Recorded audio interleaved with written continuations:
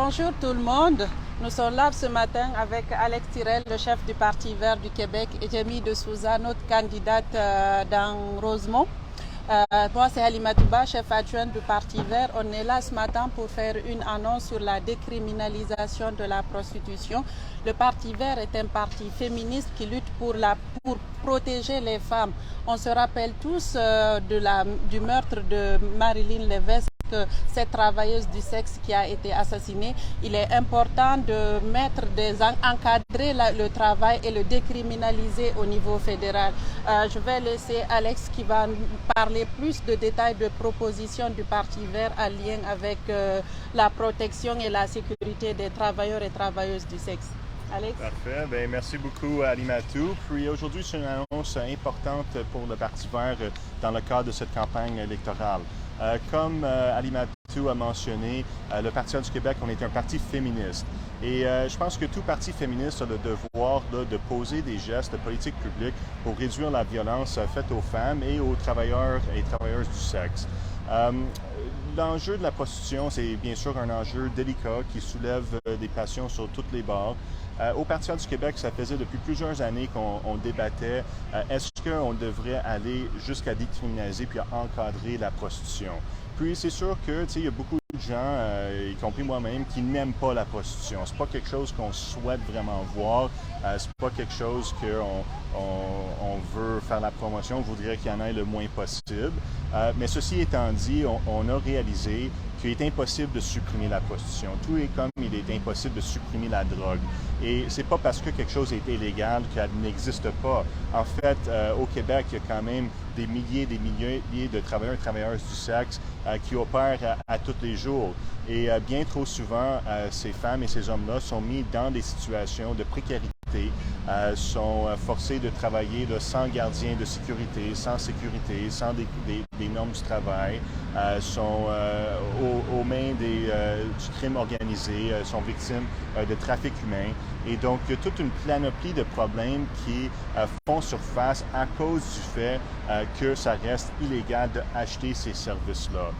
Et notre réflexion sur cet enjeu nous a porté à rencontrer le groupe Stella et sa porte-parole Sandra Wellesley qui milite pour les droits des travailleurs et travailleuses du sexe. Donc, on a eu une conversation très longue avec cette organisation-là. Puis, ils nous ont soulevé plusieurs points très intéressants et très importants pour protéger la santé et la sécurité des travailleuses du sexe.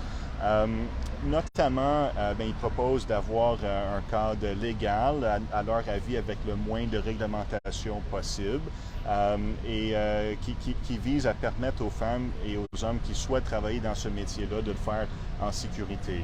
Nous autres, au début de notre réflexion, on se disait, mais on pourrait l'encadrer de façon très, très stricte.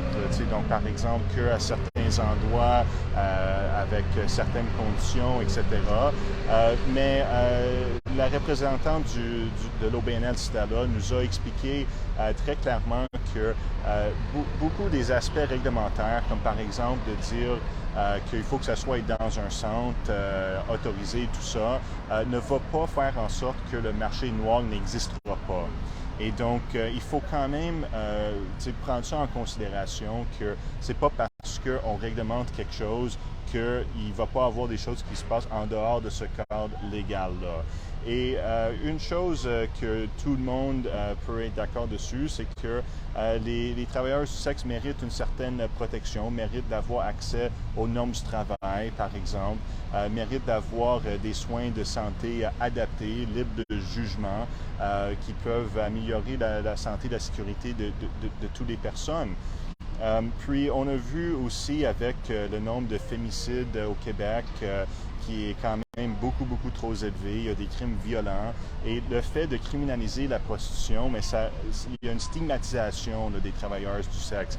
Une travailleuse du sexe qui pour qui son métier est illégal ne peut pas, par exemple, appeler la police quand ils sont dans une position de détresse, ne peuvent pas se tourner vers des gardiens de sécurité, sont obligés de travailler pour des proxénètes qui sont souvent impliqués dans les gangs criminels. Donc, n'ont pas le pouvoir de dénoncer leur employeur parce qu'il s'agit de criminels criminelle durcie dans beaucoup de cas. Fait que tout ça apporte à une violence, une potentiel de violence accrue envers les personnes qui travaillent dans ce métier-là. Et vu qu'on ne peut pas abolir le métier, mais il faut apporter des changements législatifs là, pour protéger les personnes qui travaillent dedans. Et c'est pour ça qu'aujourd'hui, le Parti vert du Québec, après cette longue réflexion, on annonce qu'on devrait avoir un cadre légal pour la prostitution au Québec qui permet d'avoir un encadrement légal qui permet aux gens de travailler comme ils et elles le souhaitent. Un enjeu qui a été soulevé, c'est qu'il y a certaines personnes qui diraient mais la prostitution devrait être peut-être permis, mais que, par exemple, les agences, le proxénétisme et tout ça doit être complètement interdit. Puis, ce qu'ils nous ont soulevé chez Stella, c'est que il y a quand même certaines personnes qui souhaitent travailler dans ce métier-là, qui ne veulent pas faire affaire directement avec les clients, ne veulent pas traiter la clientèle, les demandes de services, etc., veulent simplement travailler un tel nombre d'heures par journée et ne veulent pas prendre des réservations avec les clients, etc. Là, donc, il y a quand même un service légitime là, derrière ça. Et je sais que ça peut être un enjeu qui soulève des passions pour beaucoup de gens, mais si ces actes-là sont pour se faire de toute façon, vaut mieux les faire à la lumière du jour, si on veut, dans un cadre légal, d'avoir la possibilité d'appeler la police quand les travailleurs du sexe sont en détresse, quand ils sont dans une situation violente. On nous a expliqué, par exemple, que dans une chambre d'hôtel, mettons, si une travailleuse du sexe s'en va avec un client qui risque d'être violent, mais elle ne peut pas demander à la réceptionniste, mais écoute, mettez-moi dans une chambre, pas trop loin de la réception, puis si jamais il y a un problème, je vais venir vous demander de l'aide. Si ils disent ça à l'hôtel, mais ils vont être bannis, ils ne pourront pas avoir la chambre, etc. Donc, il y a beaucoup de gens qui sont poussés à faire ce travail-là dans des endroits désuètes, dans des endroits où il n'y a pas de sécurité. Il y a aussi le fait que la police de Montréal continue à faire des opérations anti-prostitution. Donc, par exemple, inviter les travailleurs du sexe dans un appartement rempli de policiers pour ensuite apporter certains éléments psychologiques, dire à la personne, mais est-ce que tes parents savent que tu fais ça, etc. Mettre une honte sur la personne. Ça peut être quand même très difficile. En plus du fait qu'il y a beaucoup de gens qui font ce travail-là qui n'ont pas nécessairement le statut d'immigration légal, donc ils peuvent être déportés s'ils sont pris dans une opération comme ça. Et je pense que le but de toute société devrait être de diminuer la violence faite aux femmes et la violence faite aux travailleuses du sexe. C'est pas parce qu'on n'aime pas quelque chose qu'on est capable de simplement le supprimer. Qu'on l'aime ou pas, le travail du sexe va toujours exister ici au Québec.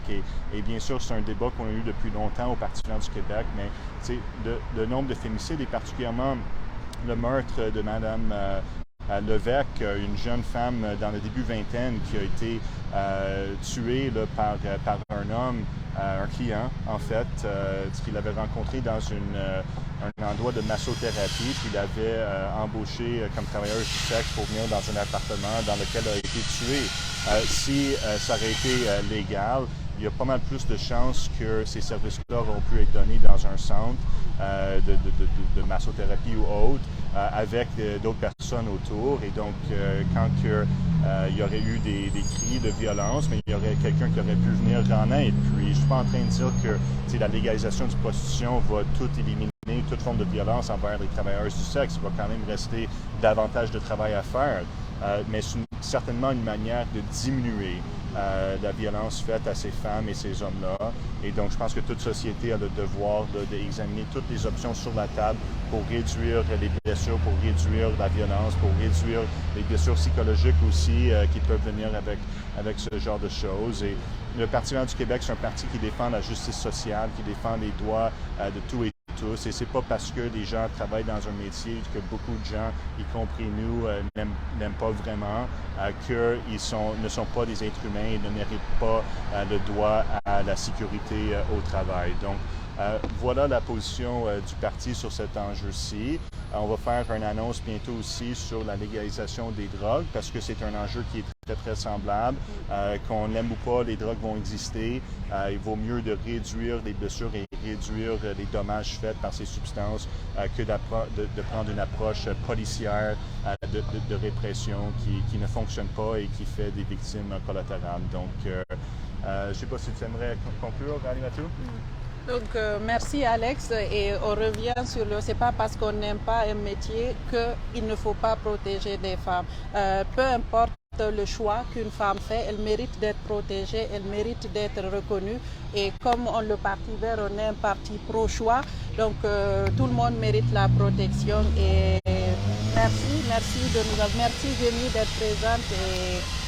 Et je pourrais aussi dire qu'il y a eu une lettre ouverte signée par plusieurs féministes et plusieurs activistes dans les dernières journées, ciblant justement le député de Québec solidaire, Alexandre Leduc, ici dans le comté d'Hochelaga-Maisonneuve. Les signataires de la lettre disent que M. Leduc souhaite complètement abolir la prostitution et donc s'oppose à la décriminalisation et l'encadrement légal, ce que beaucoup de gens croient être une incohérence avec les valeurs de Québec solidaire qui se prétend comme un parti féministe qui veut aider les gens. Donc, le Parti vert du Québec, là, vous pouvez compter sur nous pour être à l'avant-plan des luttes pour la justice sociale. On va beaucoup plus loin que Québec solidaire sur beaucoup d'enjeux et c'est un plaisir pour nous de pouvoir contribuer au débat politique entourant cet enjeu très important au Québec. Merci. Merci.